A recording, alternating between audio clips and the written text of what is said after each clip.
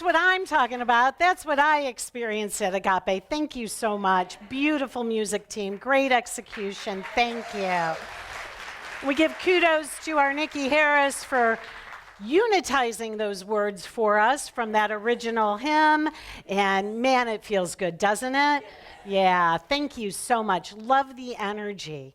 Love the energy. And that was the experience that I had all the time when I was at Agape International. It was at the time I was following a call to ministry. I was living, listening to Reverend Michael on cassette tapes. Okay, yeah, oh yeah. And little did I know I was probably doing something inappropriate, but I used to dub them. And I shared them with a group of people, and they would come to my house, and we would have a little study group regarding the service. And then, lo and behold, I'm at a Unity church in Kansas City area, really a stone's throw from Unity Village. And I go on a retreat, and on that retreat is when I actually said yes to the call for ministry. But it came in a very specific way. It wasn't that I was going to stay in Kansas City. No, because that would be too easy, right? So really what the call for me was to go to Agape and to basically, when I got home from retreat, wearing kind of an outfit probably like this, but with crystals, went into my very corporate job, gave notice, put a for sale by owner on my front lawn, and began the process of moving in the direction of my dream. Now, Reverend Michael at the beginning of that video said, don't go looking for your dreams. Don't go trying to make your dreams come true. Become true to your dreams. What does that mean? To become true to your dream? It means that you align every aspect of your being, every breath, every step with whatever it is that your dream is. Now you might say and get all nervous, well, I don't know what my dream is.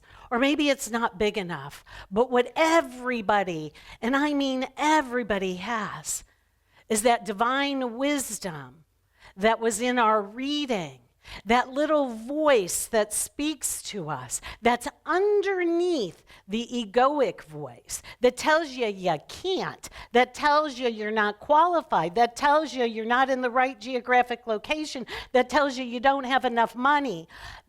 Underneath that voice, underneath it, is this still small voice. The voice for God, the voice of the Holy Spirit, which is actually nothing more than your right mind, your aligned mind, which makes it one with you. And it's that voice that is persistently whispering in your ear. How I felt it was not only a whisper, but a tug at my heart. It tugged at my heart. Because why my heart? Because it was love. It was love that was pointing the way. And I got to tell you, in my world, love was counterintuitive and love was not practical. Come to only find out 23 years later how very practical love is. How very practical the heart is. And how very practical our spirituality is. Practical, progressive, positive spirituality. It works a whole lot better than beating ourselves up. It works a whole lot better than staying in guilt and shame. And so we set ourselves free and we begin to walk in the direction of our dreams. And that's what I did in about 2003. So I'm listening to those cassette tapes, but I'm at a Unity church with a minister, Reverend Mary Omwake, who was totally open at the top. And she had, within her Unity church, a religious science practitioner, which is what Agape was, religious science at that time. And they were teaching a scientific prayer modality that I took a 2-year class, not just a weekend, like I did here. Everybody prays in 5 hours. No, this was 2 years, and I'm working it to this day. It's a technology that has never left me. So that's what I learned there. But it began in a unity church. Somebody open at the top, bringing in the teachings that's going to transform their community, regardless of whether it's according to corporate, right? You know, open at the top. We go where truth is, right?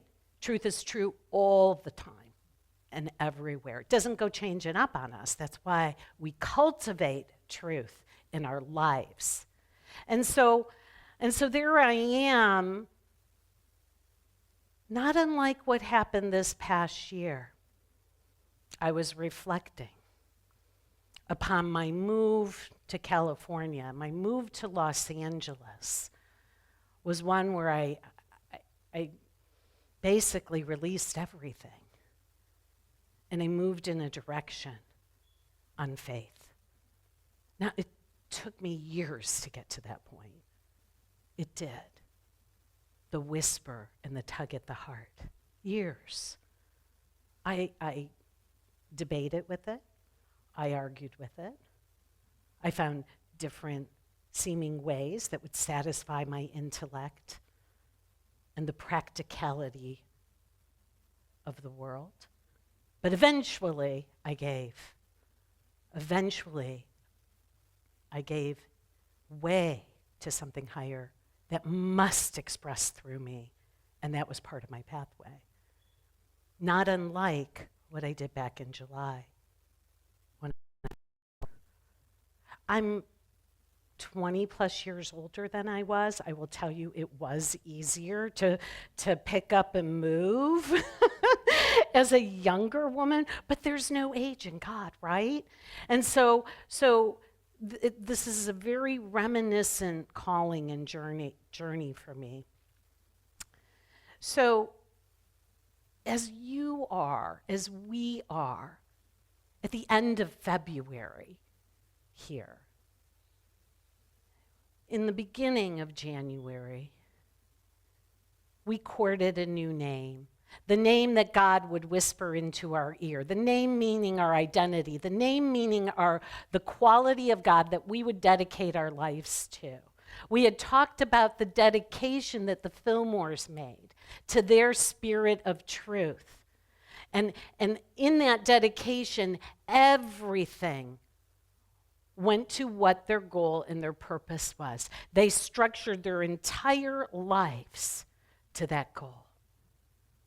Not unlike what I was doing at that time and have been doing ever since. We just keep aligning and aligning with the spirit of truth that whispers in our ear, tugs at our hearts. And you know what? And this is tough for us. Well, where will it lead me? Where's the end? Have you then discovered the beginning? And so in addition to asking for our name and the quality and perhaps taking the workshop where we did our purpose of life here in this community, that there's something you're all dedicating your lives to. What I learned from Reverend Michael was exactly what he said at the very beginning. I thought it was funny. I've never seen that video before. Just kind of pulled it up this week. And that's what I learned. You do you. You be you. And how I heard it 20 years ago in his talk was something like this. Buddha's already done Buddha. Jesus has already done Jesus. Gandhi has done Gandhi. MLK, Martin Luther King, has already done him. Those spots are taken. Jesus, did I miss Jesus?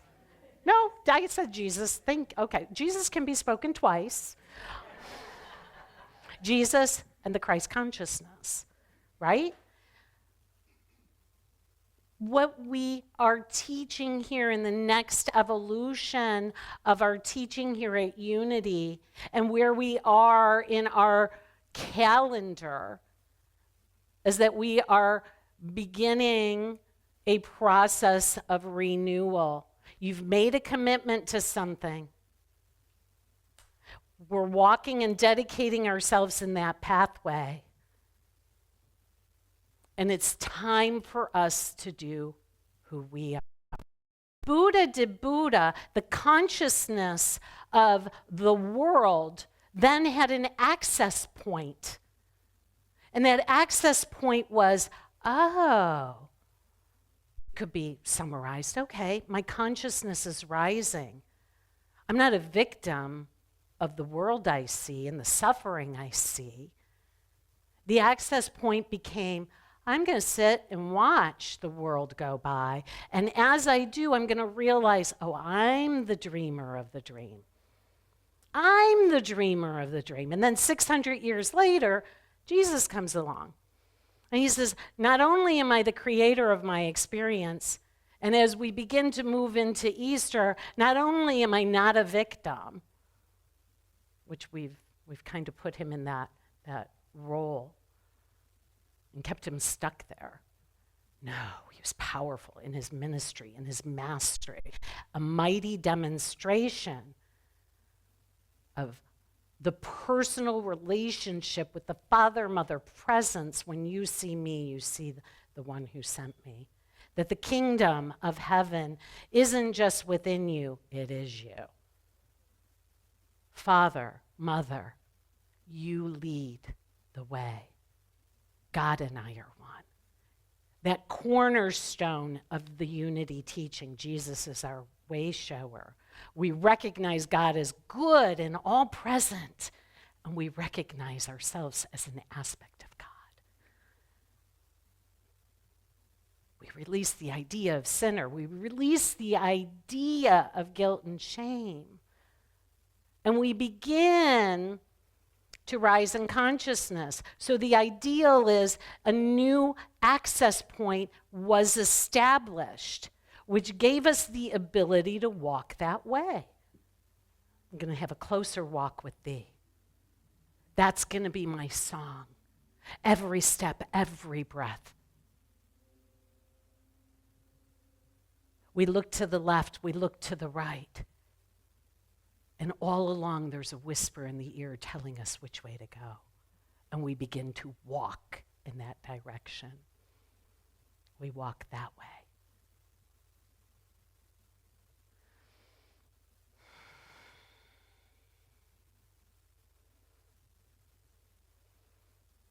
Gandhi and Martin Luther King cultivated a concept and an idea for social change through nonviolence. Boom, an access point established. Boom, an idea. Oh, my strength might just lie in my vulnerability and my defenselessness rather than my attack. Because what we resist and what we attack persists. Counterintuitive again, head to the heart. My strength lies in my defenselessness. Not passive, mind you, but a new way of being just enough to get the attention of a country and a world. Countries and worlds. An access point was established. We are at a new place in our spiritual growth, development, and unfoldment where we are being called to be the living, breathing embodiment of our teaching. We've got it up here. We're a smart group of people. We're a studied group of people. We like our books. We like our classes.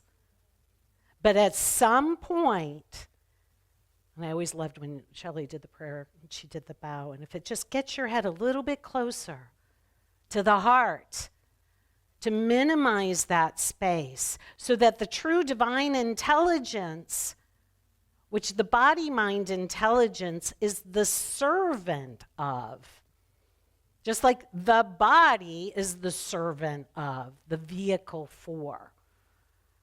We all surrender to the divine idea that comes from love, that comes from the heart, that speaks to us as divine wisdom, directing our way.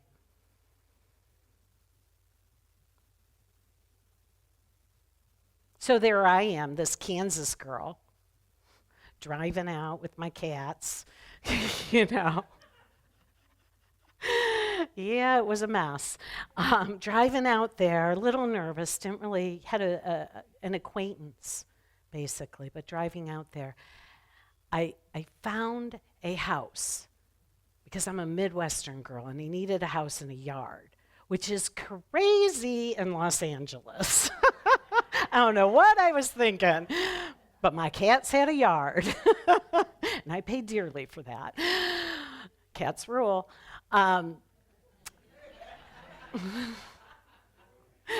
There was a picture of a throne, a comic of a throne. This is a segue, of a throne, and the dog is saying, you know, the person on the throne, were you a good boy? Were you, did you obey? Blah, blah, blah. And yes, yes, yes, yes. And then the cat responds, you're in my chair. I love that. So anyway, a little laughter, a little levity. It was perfect. Absolutely perfect, because if you don't laugh, you might cry. So let's laugh. So anyway, I get to 2 miles down the street, because I'm not going to do LA traffic. I knew that I wasn't cut out for that. And I'm in my little house down the hill from Agape. All I had to do was to get up the hill. It was within 2 miles. That was it. The 405 was right above me. And when I got there, I couldn't handle it. I could not handle it. It was in this huge sound stage, and it seated thousands of people. And I tried to sit up close, but the music, and I don't know, I was joking with the sound team and the visual team, they're like, anything we need to know about today? I'm like, yes, I'm gonna do push-ups and run around the stage. Because that's what Michael did. I mean, all of a sudden he'd just break out in one-arm push-ups, and he had more energy than anybody I ever saw. And he was all over that stage, and I said to them, you think I'm hard to follow? You should, you should try to follow this guy. And so, it was so much stimuli coming at me that I had to sit in the very back. Now, I'm not a back row type gal. I want to be up front where the action is, but I couldn't handle it. And all I could do was sit in the back with my eyes closed and my hands like this. It was the only way that I could even begin to take in the energy. Now, about a year later, I was up in the front row, singing and dancing and whooping and hollering. But back then, it was in the back. And I remember his words were coming and his teaching was coming at me so fast, I couldn't keep up with it. And I remember trying to take notes. Do we have some note takers in here? I remember trying to take notes. Now, when I would take notes back then, I was really trying to do it beautifully and to have it in a way that would make sense. But what was coming at me, I had a million questions about. Could you repeat that? Could you explain that? Could you slow down? Could you talk louder? Could you talk softer? Because it was everywhere. And I remember him saying, because I was also in class for my practitioner training, and I remember him saying, stop trying to take notes. Stop trying to take notes.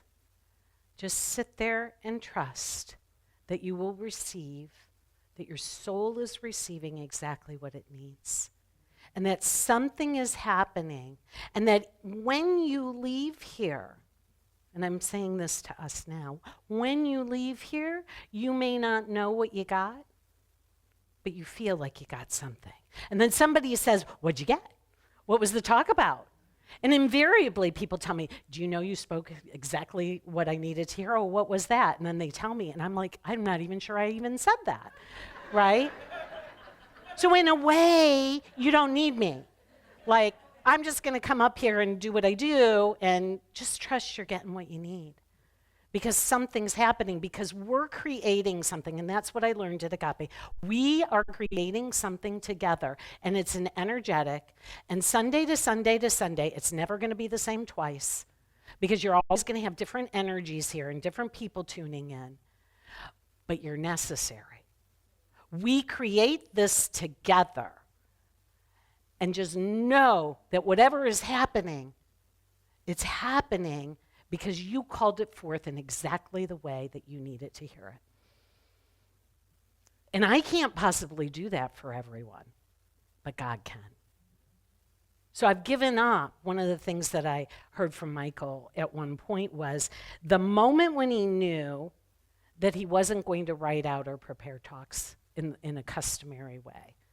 And that has come to me as well. It's like, yeah, I prepare because I'm preparing every day, because I'm walking the talk every day, because I'm in prayer every day, because I'm partaking of it continuously, because I'm spiritually leading the community. So we're always talking truth principles. We're always unpacking during the week, what we've done here. Always. And you'll learn that it's just about this much of information told in a whole lot of different ways. Okay? But the key is, and the next evolution is that you are to live it, breathe it, and embody it. And to teach it yourselves. Because the teacher is the learner. The day of the guru can be over for many of us. Which means this. When the student is ready, the teacher appears. But when the student is really ready, they disappear. And that's what happened to the disciples. And then it's incumbent upon us to be the teaching. So we're up to stuff here. We are up to stuff because the time to be the embodiment of the teaching is now. What he said in the video is that structures are crumbling, and who knows when that video was cut. Guess what? That's always happening. We think that our times are special right now. I've got news for you, they're really not. And they are, but they're really not. And they are. You get where I'm going?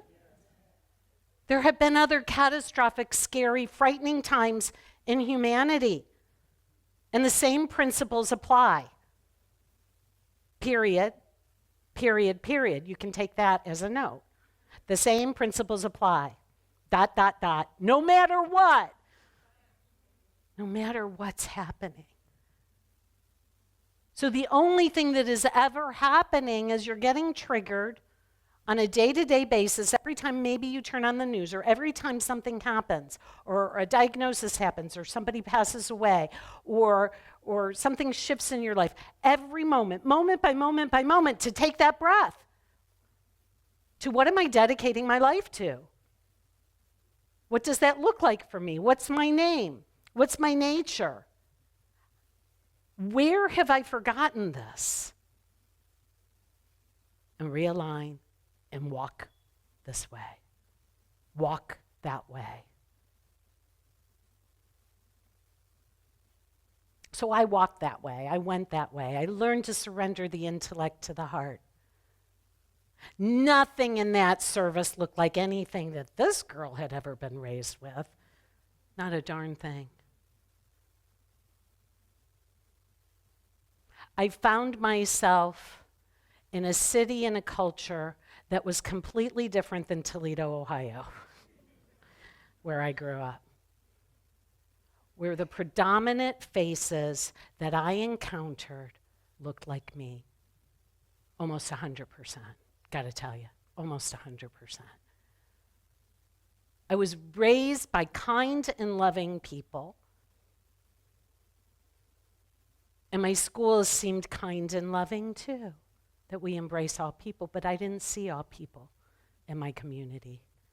So I go out, going from Kansas, not that unlike Toledo, to Los Angeles, to a multicultural community.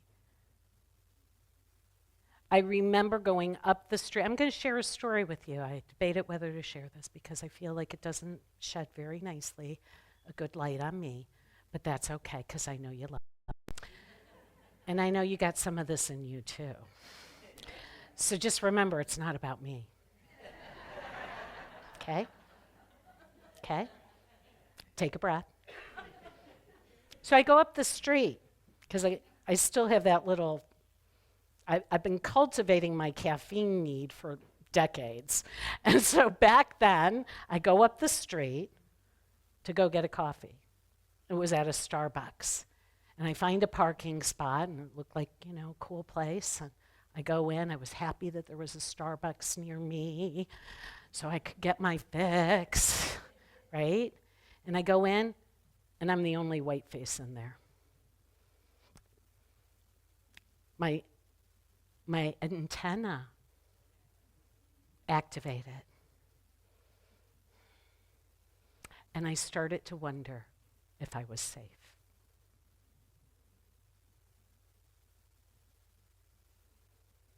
You see, all of life is ever revealing your hidden conditioning that in some cases isn't so hidden.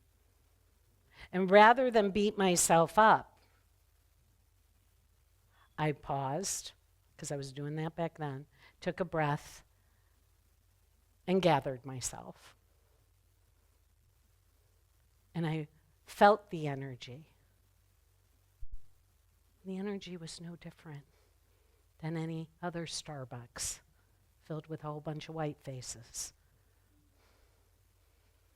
Now, we don't talk about separation in our teaching, but there is diversity and multiplicity and unity. And we celebrate that. And what we do when we come face to face with our conditioning, hidden or otherwise, that ain't so pretty, rather than punish ourselves, we forgive ourselves. How can I learn from this? How can I learn about myself from this? And I had this amazing opportunity to be one of many in a mix of everybody who came from different ethnicities and cultures. And I got to tell you, it was the most thrilling time of my life. We miss out on so much yumminess by not coming together. We miss out on the gifts that we all have to give. I am so grateful for this experience and to have had the opportunity to hang out in that community, because it gave me the mental equivalent, which means the mental idea or the vision of spiritual community. And what it was based in principle, infused with prayer, the tools of the pathway of consciousness, which I will be teaching again, but was the first class I taught almost a year ago. The levels of consciousness, so I can assess when I'm at that victim level consciousness, and then know what to do to rise.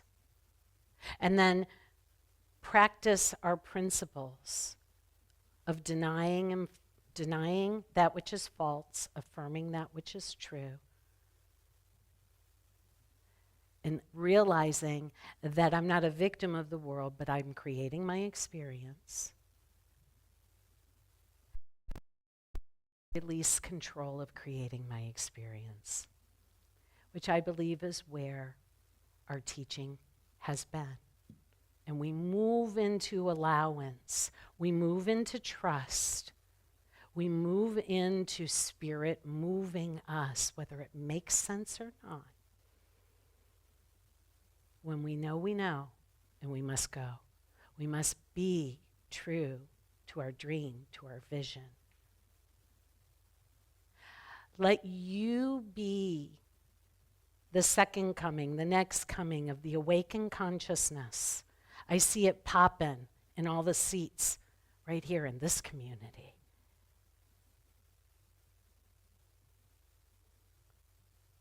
somebody was sharing with me a story that reminded me of how consciousness gets elevated. It just takes one to rise to a certain level.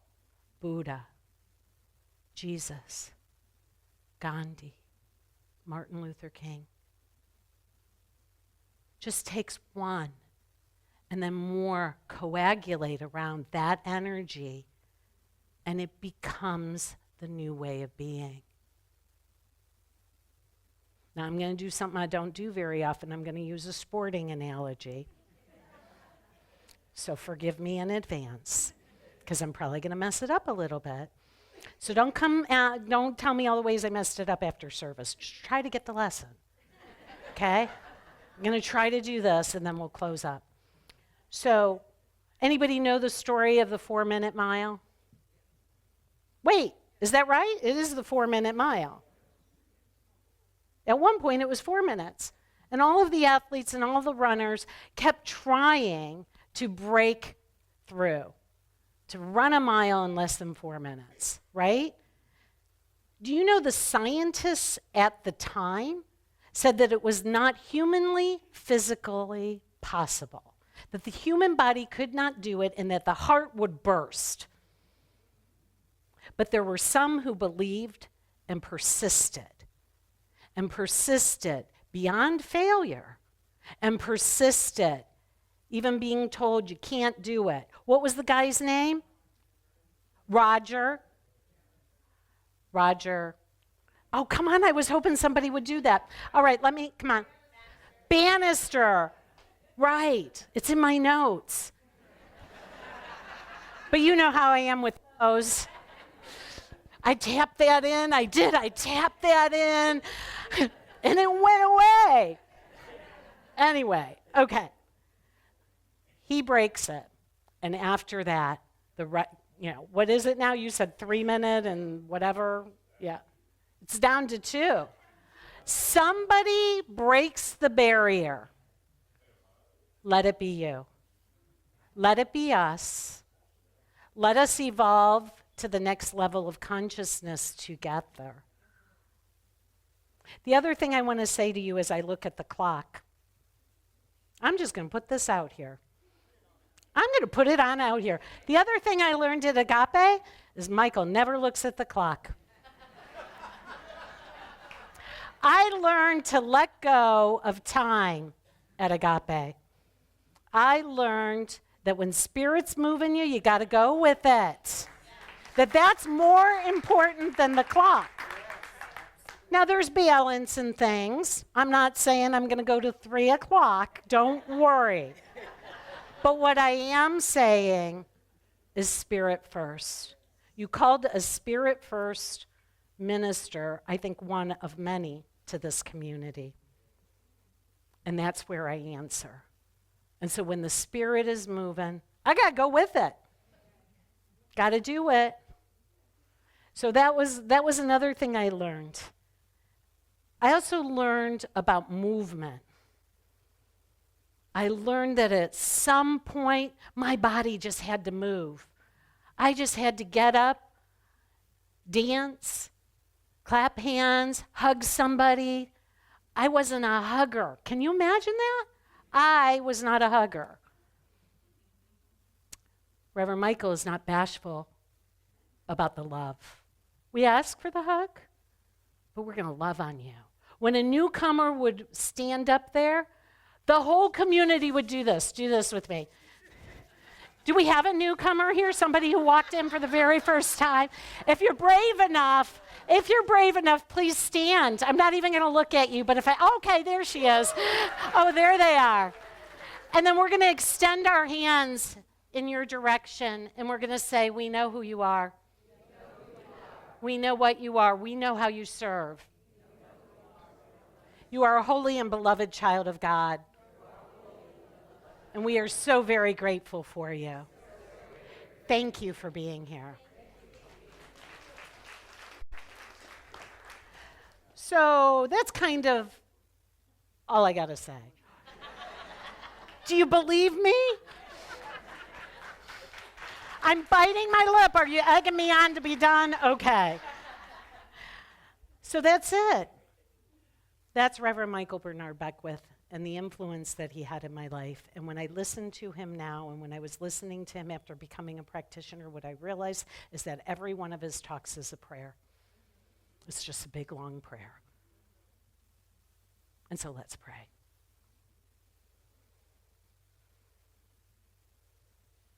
We've been praying all along. Every one of our thoughts, every one of our words is a prayer. What are we praying? In this holy instant, I invoke and invite the consciousness of the awakened ones that are right here. I call forth the divine self of each individuation of spirit right here that is already spirit, that is fully human, fully divine, that knows that it knows that it knows. Oh my goodness gracious, there's only one thing going on here, and it is the activity of God, the activity of love, and that it is good. And that every need, not just some, every need is supplied by this consciousness and nothing else. It all begins with this consciousness, the wholeheartedness of the joining of heart and mind with spirit. And as we individually anchor this, we meet in the same place, the heart and mind of God. Each of us is blessed. Each of us is a blessing. Each of us here has some you that we must be true to. A divine idea placed in your heart and your mind. And I call forth that there is a clarity and a wisdom and a courage to devote the self to that call, to align all of life, and to trust and to know that it is for God, for good, and for the glory of all, and particularly for your happiness, joy, abundance. May we each be self-emptied, spirit-filled, God-filled, and may we sense and know that as we go into the before us of peace, of love, of acceptance, and blankets all of creation, as we transmute that which is unlike the consciousness of love. It disappears and dissipates into the nothingness from which it came, and we keep walking this way. This is what I know, this is what I claim for each of us here. And I say, thank you, Mother, Father, God, Infinite Spirit, that it's already so. We just let it be. Don't need to toil. Don't need to wrestle with that devil or that angel anymore. You can relax, take a breath, pause with me, and accept the truth that sets us free. God and I are one. Say, God and I are one. Love and I are one. God is all there is. I am an emissary of God. I'm an emissary of love. I'm an emissary of peace. I'm an emissary of joy. And as I vibrate in this field, oh my goodness gracious, the world is made new. Snap your fingers. Mine aren't that loud. Snap them. The world is made new, and so it is. Amen, amen, amen.